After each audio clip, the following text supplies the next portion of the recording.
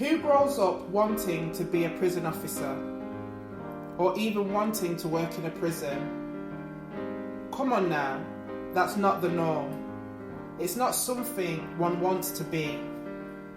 But yet, that's where I've been. But that's not where I wanted to be. I wanted to be a nurse, a paediatrician to be exact, until my careers officer told me that was all I could be. Then I realised that wasn't me. We all want to have purpose in life. Sometimes we just don't know what that means. But something happens in life. We meet people, we see things, we do things, and then like a flash of light, we realise what we want to be. Well, that was me. I wanted to empower people who were black like me, to be more than mentally ill or offenders. We can be a lot more than a victim of the system, oppressed, controlled, or dead. We can be whatever we want to be.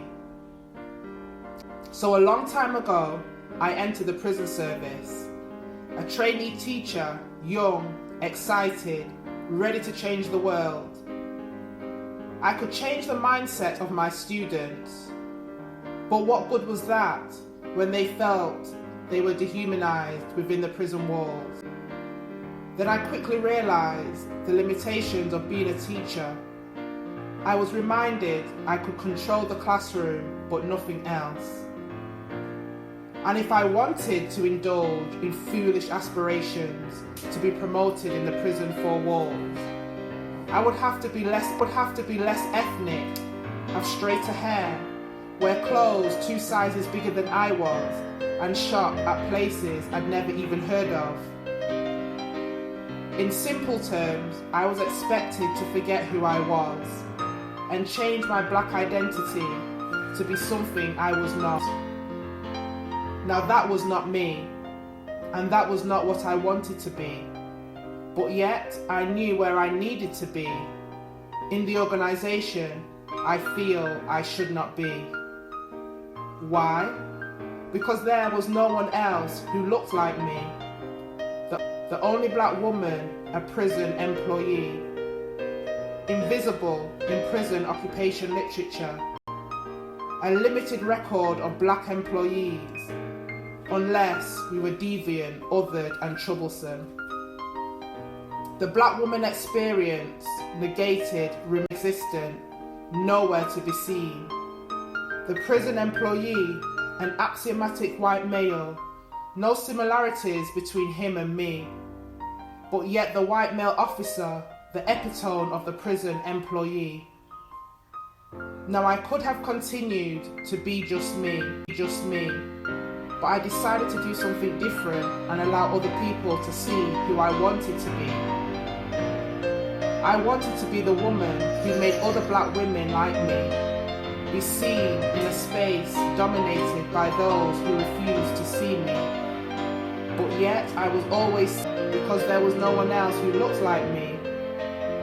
The one who's always remembered, that was me. This is where my journey began, but it's not where it's going to end. Because in completing my PhD, I made black women visible in the end. The trials and tribulations are never ending, and the journey ahead momentarily seems bleak. But as I continue, more and more people, isolated, invisible, just like me, will be empowered to have a voice so that everyone else can see. They'll also be here, in this place as employee.